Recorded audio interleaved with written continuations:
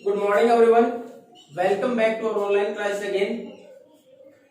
We were going through the third lesson of history, that is ruling the countryside. कि हमने Britishers जब हमारे यहाँ आए, आपने इससे पहले वाला लेसन पढ़ा था ट्रेड टू टेरिटरी, कि पहले आए थे व्यापार के लिए, किस प्रकार हमारे ऊपर शासन किया, किस प्रकार उन्होंने हमारे जो शासक थे उनको हराया, शासन करना शुरू कर दिया, जिसमें बैटल ऑफ प्लासी और बैटल ऑफ बक्सर। उसके बाद उन्होंने रेवेन्यू कलेक्शन किस प्रकार किया, गांवों में किस प्रकार शासन किया, किस प्रकार किया, तो उसने रेवेन्यू कलेक्ट की। अब हमारे पास जो ब्रिटिशर्स थे उन्होंने देखा रेवेन्यू तो कलेक्ट कर रहे हैं, रेवेन्यू के साथ साथ क्यों न वो फसलें भी उगाई जाए जो हमारी रिक्वायरमेंट है यूरोप की, यूरोप में जिनकी रिक्वायरमेंट है। तो उन्होंने रेवेन्यू के साथ साथ first they are going to get the revenue, पहले तो उनको वहां टैक्स लगाते पैसा मिल रहा था, उसके बाद उन्होंने वो फसलें भी उगानी शुरू कर दी जो रिक्वायरमेंट थी यूरोप की। अब इसमें देखोगे एरियाज कैसे सेलेक्ट किए गए। The areas which are abundant in the production of any crop are first assessed, पहले उनका सर्वे कराएगा कहाँ कौन सी खेती अच्छी होती है, उसके बाद उसका प्रोडक्शन किया गया। एग्जाम्पल के तौर पर बंगाल फॉर जूट प्रोडक्शन, अगर जूट प्रोडक्शन, जूट की रिक्वायरमेंट थी, पटसन की रिक्वायरमेंट थी बंगाल, टी प्रोडक्शन के लिए असम, उसके बाद कॉटन के लिए महाराष्ट्र और पंजाब भी, उसके बाद वीट के लिए पंजाब, शुगर केन के लिए उत्तर प्रदेश और राइस के लिए मद्रास। ये जगह इन्होंने सेलेक्ट की कि कौन सा प्रोडक्शन कहां करेंगे, और जो एरिया ज्यादा प्रोडक्शन कर सकते हैं जिसके अनुसार वहां की लैंड और सोयल थी फर्टिलिटी के अनुसार, उसके अनुसार प्रोडक्शन किया गया। अब उसके बाद कि किस प्रकार इस प्रोडक्शन को कौन सी व्यवस्था के तहत बढ़ाया गया, ये तो सेलेक्ट किए गए कौन सी फसलों की वहां रिक्वायरमेंट है और उनका प्रोडक्शन कहां किया जाएगा एरिया वाइज। अब वो प्रोडक्शन किस प्रकार किया गया, कौन सी व्यवस्था की, कौन सा सिस्टम अपनाया गया, इसमें हम एग्जाम्पल से पढ़ेंगे। एग्जाम्पल वो है कि इसमें हेडिंग दे रखी है कि कलर हैज द हिस्ट्री, क्या कोई कलर है, रंग है, उसकी भी हिस्ट्री हो सकती है क्या। उसमें हमने देखा इंडिगो, हमारे महत्वपूर्ण दो फसलें उन्होंने जो उगाई वो थी ओपियम और इंडिगो, अफीम और नील, जो हम कलर करते हैं व्हाइट क्लॉथ में इंडिगो। अब इंडिगो का एग्जाम्पल लिया इसमें, आपकी बुक में दो पिक्चर दे रखी है।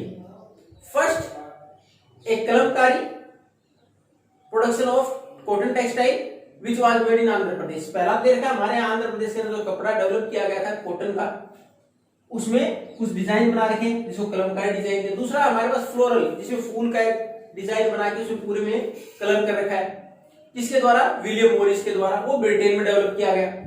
अब दोनों में एक चीज जो कॉमन थी, ए ब्लू कलर, दोनों में एक चीज जो कॉमन थी वो क्या थी, ब्लू कलर था। That was taken from indigo, और वो कलर कहां से लिया गया, इंडिगो से, इंडिगो प्लांट, इंडिगो के प्लांट से लिया गया वो कलर। अब उसमें दे रखा है कि हो सकता है इंडिगो का जो प्रोडक्शन है वो जो मॉरिस ने इस्तेमाल किया वो भी हो सकता है इंडियन इंडिगो की बाहर से लेकर जाया गया हो, क्योंकि उस वक्त तक सबसे बड़ा सप्लायर और एक्सपोर्टर था इंडिया इंडिगो का जब वो कपड़ा डेवलप किया गया। तो हो सकता है उसमें मॉरिस ने भी उसी कलर को इस्तेमाल किया हो। अब किस प्रकार इंडिगो का इस्तेमाल होना शुरू हुआ। अब शुरुआत में फ्रांस की बात करें, इटली की बात करें, ब्रिटेन की बात करें, तो इंडिगो का इस्तेमाल करते थे अपने यहां कलर करने के लिए कपड़े को। और इंडिगो का जो अच्छा प्रोडक्शन हो सकता है वो कहां हो सकता है, ट्रॉपिकल एरियाज में। India lies both in tropical and सब ट्रॉपिकल एरियाज, और भारत ट्रॉपिकल और सब ट्रॉपिकल दोनों में आता है, तो भारत में इसका प्रोडक्शन ज्यादा अच्छा हो सकता था और पहले से इस्तेमाल कर रहे थे European countries like Italy, France, Britain. लेकिन हमारे यहाँ जो इंडिगो उस टाइम पे शुरुआत में जाता था बहुत कम अमाउंट में अवेलेबल होता था, यानी बहुत कम यूरोपियन कंट्रीज में हमारे यहाँ से इंडिगो की सप्लाई होती थी, और दूसरा उसकी कीमत बहुत ज्यादा होती थी, सप्लाई कम थी कीमत ज्यादा थी। तो जो प्रोड्यूसर थे कपड़े के, they have to find out other ways to get the colour. अब वो ब्लू कलर है उसको इस्तेमाल करने के लिए उनको दूसरे ऑप्शन चाहिए थे। Then they used one another plant, उन्होंने दूसरे पौधे का इस्तेमाल किया जिससे कि कलर मिल सकता था, वो था वुड। ये कौन से, इंडिगो की बात करें तो ट्रॉपिकल था, अगर इसकी बात करें वुड की बात करें तो टेम्परेट रीजन में अच्छा डेवलप हो सकता है, तो ये आसानी से अवेलेबल था वहां। अब जब हमारे यहां से इंडिगो वहां जा रहा था तो ये जो प्रोडक्शन था वुड का, इनको कहीं ना कहीं कंपटीशन की वजह से कि there might be competition from indigo, and we might be shortfall according to the quality because indigo has better quality than wood. इससे ज्यादा अच्छी क्वालिटी इंडिगो की, तो हो सकता है मार्केट से बाहर हो जाए. Whoever is going to produce wood in Britain or in Europe, they pressurize their government to ban Indigo import. Indigo import हो रहा था भारत से, उसके ऊपर रोक लगाई जाए, या बाहर से जहां से भी इंपोर्ट हो रहा है उसके ऊपर रोक लगाई जाए. इसके लिए उन्होंने गवर्नमेंट को प्रेशराइज किया, क्योंकि ताकि वुड है इसका प्रोडक्शन जारी रहे. ये जो प्रोड्यूसर थे उन्होंने सरकार पर दबाव बनाया कि इंडिगो के ऊपर बैन रहे.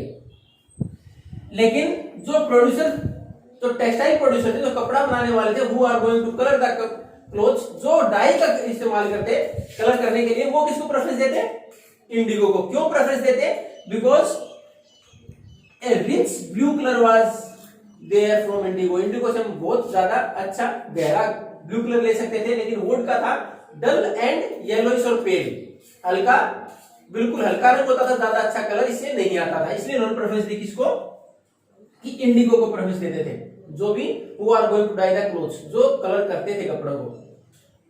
अब इसमें फिर धीरे धीरे सरकार से मांग की गई.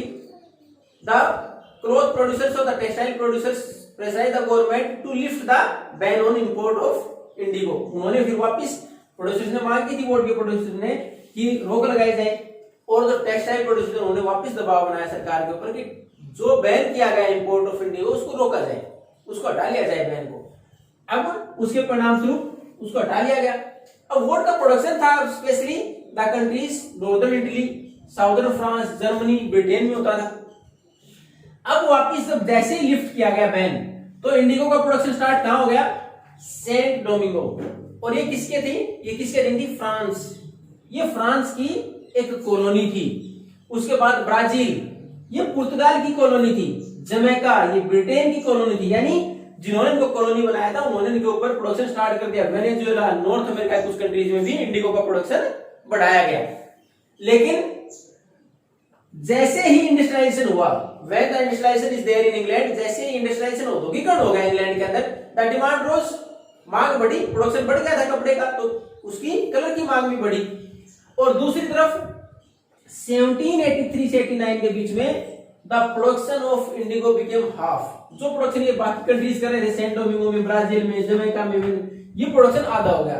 बिकॉज ऑफ डिफरेंट रीजंस, बहुत सारे कारण थे. उसमें एक कारण तो आपका नेक्स्ट पेज पर ही दे रखा है कि देयर वाज ए रिवोल्ट, एक क्रांति की विरोध किया गया, क्योंकि the slaves were pressurised to grow indigo and harsh conditions were there. बहुत कठोर कंडीशंस थी, उनके साथ बहुत बुरा व्यवहार होता. उसके बाद इंडिगो खेती करते उन्होंने सरकार के खिलाफ विद्रोह किया, उन प्लांटेशन ओनर्स के खिलाफ विद्रोह किया और प्लांटेशन साइट्स में आग तक लगा दी थी, जिसकी वजह से प्रोडक्शन आधा रह गया था.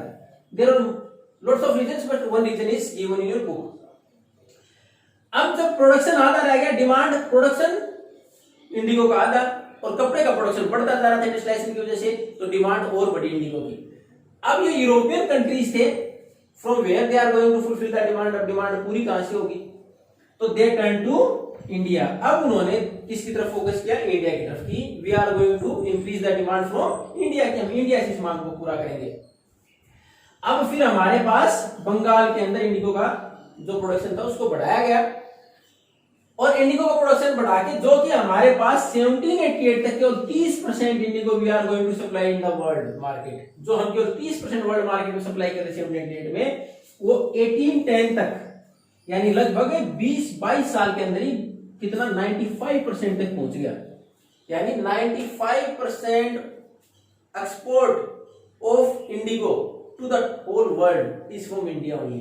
केवल 5% बाकी देशों से आता, बाकी 95% जो यूरोपियन कंट्रीज थे खासकर, उनको प्रोडक्शन कहां से जाता? प्रोडक्शन होता भारत में, यहां से एक्सपोर्ट होता जाके ब्रिटेन और बाकी जो यूरोपियन कंट्रीज थे वहां. तो हमने देखो कितना प्रोडक्शन बढ़ा दिया.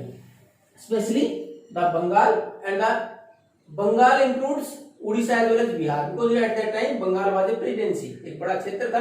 बंगाल स्टेट ही नहीं था, उसके अंतर्गत हमारा उत्तर प्रदेश तक का हिस्सा आता था. उड़ीसा, वेस्ट बंगाल, बिहार और कुछ हिस्सा उत्तर प्रदेश तक आता था. इतने बड़े इलाके को टारगेट किया गया इंडिगो के लिए.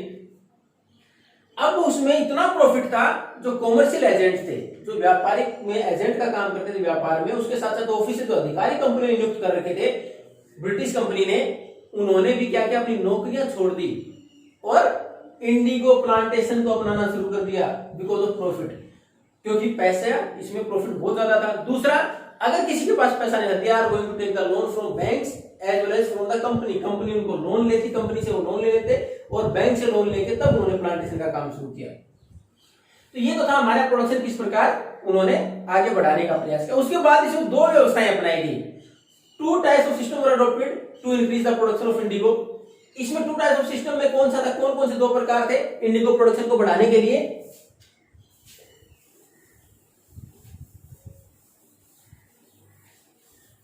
अब इसमें था निश और रियोती। ये दो सिस्टम अपनाए गए प्रोडक्शन को बढ़ाने के लिए, किसका? इंडिगो की प्रोडक्शन के लिए। अब जो निश सिस्टम क्या था, इसके अंतर्गत क्या था? इसमें क्या होता, द प्लांटर्स जो बागान मालिक होते, either they both the land, या तो जमीन खरीदते और रेंटेड फ्रॉम द जमींदार से, जमींदारों से किराए पर लेते जमीन। यानी इसके अंदर प्लांटर्स खुद मालिक होते और मालिक इस प्रकार होते हैं, जमीन को खरीद लेते, किराए पर ले लेते अपने पास खेती करने के लिए, उसके बाद लेबर खुद लगाते उसमें, उसके बाद प्रोडक्शन करते। तो इससे उन्होंने प्रॉफिट के लिए, लेकिन प्रॉब्लम कहां थी कि इतनी सारी तो फर्टाइल लैंड चाहिए इंडिगो को प्लांटेशन के लिए, एक उपजाऊ जमीन चाहिए, उस जमीन का एक साथ काफी दूर तक काफी मात्रा में मिलना बहुत मुश्किल था, तो ज्यादा जमीन इनको मिल नहीं पाती थी जिससे कि प्रोडक्शन को और बढ़ा पाए। इन्होंने उसके लिए प्रयास क्या किया फिर? They are suppose to take the land on lease around the factory. जो उन्होंने फैक्ट्री लगाई थी इंडिगो के लिए, यानी इंडिगो की हार्वेस्टिंग के बाद फैक्ट्री में आके उसके बाद तो प्रोडक्ट तैयार होता पूरा कलर के लिए, तो फैक्ट्री लगाई उसके आसपास, उन्होंने सोचा क्यों ना जमीन लीज पर ली जाए काफी अमाउंट में, और the farmers to be evicted, the peasants to be evicted from that land, और किसानों को जमीन से बाहर निकाल दिया जाए, खेती करें। तो उसमें समस्या क्या आती? There would be a conflict. बाहर से आए थे, इनके हमेशा दिमाग में रहता कोई विवाद होगा, हो सकता है हमारे खिलाफ विरोध हो और उसके बाद हम प्रोडक्शन नहीं कर पाए। और एक व्यापारी प्रोडक्शन पर अगर फोकस कर रहा है तो उसको पता है कुछ दिन के लिए सप्लाई अगर शॉर्ट होती है तो उसका नुकसान होगा। दूसरा रीजन क्या था? A large amount of labour to be mobilise. एक बहुत बड़े लेबर की संख्या चाहिए इतने एरिया में खेती करने के लिए, तो लेबर कहां से आएंगे? इतना बड़ा लेबर का अरेंजमेंट करना। अब उसके साथ साथ एक समस्या और कि they required the plough as well as the bullocks, कि उनको हल और बैल भी चाहिए वहां खेती करने के लिए।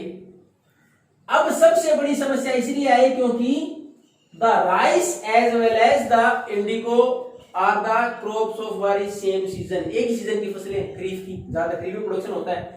अब ज्यादातर लोग वहां राइस की खेती करते और उसी टाइम पर लेबर की जरूरत होती, तो अपनी खेती राइस में करते और इंडिगो के लिए लेबर मिलना बहुत मुश्किल हो जाता।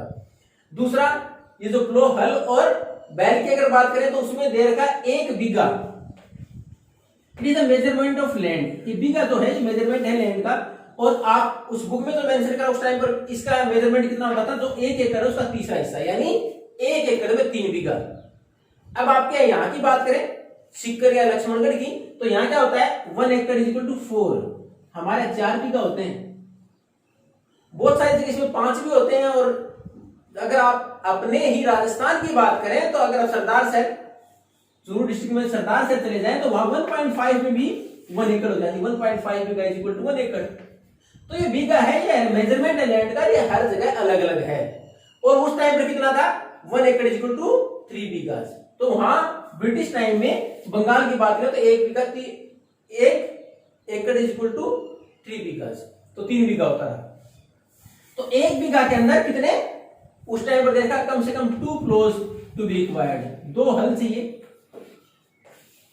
अब एक इतनी बड़ी वास्ट लैंड के ऊपर, क्योंकि प्लांटेशन के लिए ज्यादा जमीन चाहिए, तो उसके लिए मान लो किसी किसान ना किसी प्लांटर्स ने 1000 एकड़ लैंड ले ली। इंडिगो प्लांटेशन कितने?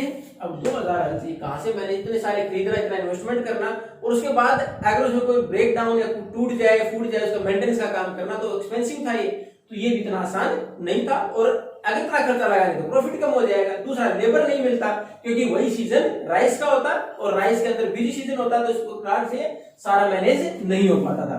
तो ये प्रॉब्लम्स आई निज सिस्टम में। पहली, एक साथ लंबी ज्यादा जमीन नहीं मिल पाती थी। दूसरा, अगर जमीन मिल जाए तो उसके बाद इतने सारे हल और लेबर का मिलना मुश्किल था, क्योंकि राइस कल्टीवेशन भी साथ होता था और राइस वहां प्रेफरेंस दी क्योंकि खाने के लिए मुख्य अनाज था। अब दूसरे सिस्टम पर फोकस किया गया, इसलिए इसके अंदर विलिंग नहीं थे लोग, यानी सिस्टम में ज्यादा प्लांटेशन का काम नहीं किया गया। ये इज नियरली अबाउट 25% ओनली। आपकी बुक में मेंशन है कि लगभग 25% उत्पादन इस प्रकार की व्यवस्था के तहत किया गया इंडिगो का। अब दूसरी व्यवस्था अपनाएगी रेवती, जो यानी रिमेनिंग देन बाय दिस 75% जो बचा वो किसके द्वारा किया गया, रेवती सिस्टम के द्वारा किया गया। अभी रेवती सिस्टम क्या था, इसके अंतर्गत A contract was done directly to the peasant। हमने पिछली क्लास में पढ़ा था, पिछले जो हमने कंप्लीट किया उसमें पढ़ा था रेतवाड़ी सिस्टम। रेत किसके लिए होता है, पीजेंट, किसान के लिए, यानी सीधा किसान से कॉन्ट्रैक्ट किया गया कि हम आपको लोन देंगे खेती करने के लिए, पैसा शुरू में प्रोवाइड करा दिया जाएगा ऑन इंटरेस्ट, लेकिन ब्याज पर ब्याज कम होगा। आप खुद का हल इस्तेमाल करेंगे, बैल इस्तेमाल करेंगे, खेत को खुद तैयार करेंगे, हाँ बीज हम प्रोवाइड कराएंगे। यानी रेवती सिस्टम में सीधा कॉन्ट्रैक्ट किया गया किसान से और उसको लोन प्रोवाइड किया गया खेती करने के लिए, और उसके साथ साथ उसको बीज प्रोवाइड कराया गया, और बाकी सारे भी यानी मिट्टी को तैयार करना, अपने खुद के बैल और हल रखना, उसकी देखभाल करना और हार्वेस्टिंग करना किसान का काम था। अब इसमें परेशानी क्या आई, इसमें किसान के लिए बहुत हार्श कंडीशंस होते हैं कि कठोर समस्याएं क्या आई कि जैसे रेवती सिस्टम में अनुबंध किया गया and the planters force the headman, मुखिया को फोर्स किया गया on behalf of the entire Revata in the village, गांव के अंदर इतने किसानों के बदले में कौन कॉन्ट्रैक्ट करे, हेडमैन, मुखिया। और कॉन्ट्रैक्ट में एक बार तो शामिल हो गया, उसको सारी से प्रोवाइड तो कराते, लेकिन जैसी फसलें वो बेचते उसकी कीमत बहुत कम दी जाती और अगला लोन दे दिया जाता। यानी पहले वाला लोन भी पूरा नहीं उतरता था। मान लो शुरुआत में उसको दे दिया गया कि आपको 5,000 के लोन के लिए दे जा रहे, जैसे ही आप फसल लेके पहुंचे तो आपको बोला कि आपकी फसल तो केवल 4,000 की हुई है और आपके ऊपर 1,000 हो और इंटरेस्ट ऊपर से रह गया, बाकी दूसरी फसल के लिए फिर वापस 5,000 लोन दे देंगे, दोबारा हो गए आप। अब ये पहले वाला 1,000 बाकी था, इसमें फिर वापस ऐसे ही करेंगे, तो इस प्रकार वो लोन के अंदर फंस जाते। उन किसानों को लगा कि बहुत हार्श कंडीशन, किस प्रकार की परेशानियां उन्होंने उसका सामना किया। तो इस प्रकार हमारे यहाँ इस रेवती सिस्टम में प्रोडक्शन बढ़ाया गया, प्रॉफिट बढ़ा प्लांटर्स का, उन्होंने तो बहुत पैसा कमाया, लेकिन हमारे यहाँ किसानों की हालत खराब होती चली गई। दूसरा, किसान इसमें विलिंग क्यों नहीं थे, क्योंकि आपने पहले पढ़ा राइस और उसकी एक ही सीजन था, और इंडिगो प्लांटेशन के जो रूट होते हैं, डीप रूट्स आर देयर, उनकी जड़ें गहरी जाती हैं, and they are going to explore the nutrients of the soil, जो सोइल के न्यूट्रिएंट्स हैं उनको जल्दी खत्म कर देते हैं। After the harvesting of indigo it is not possible to cultivate rice on that land, उस जमीन के ऊपर राइस उगाना पॉसिबल नहीं, प्रोडक्शन नहीं के बराबर होता, बहुत कम हो जाता, क्योंकि न्यूट्रिएंट्स थे already taken by the Indigo plantation. तो किसान इसलिए भी उस जमीन को इस्तेमाल नहीं करना चाहते थे। तो ultimately they revolt against the Britishers. तो उसका परिणाम क्या निकला कि धीरे धीरे जो अंग्रेजों ने उनको फोर्स किया था, कंपनी के जो प्लांट उन्होंने फोर्स किया था, धीरे धीरे इसका विरोध भी होने लगा। दो व्यवस्थाएं अपनाई थी, निज और रेवती, और हमारा प्रोडक्शन रिक्वायरमेंट के अनुसार, रॉ मटेरियल के अनुसार इसका प्रोडक्शन बढ़ाया गया था। अब किस प्रकार से खिलाफ हमारे यहाँ विरोध हुआ था, we are going to continue in the next class. Thank you and have a nice day.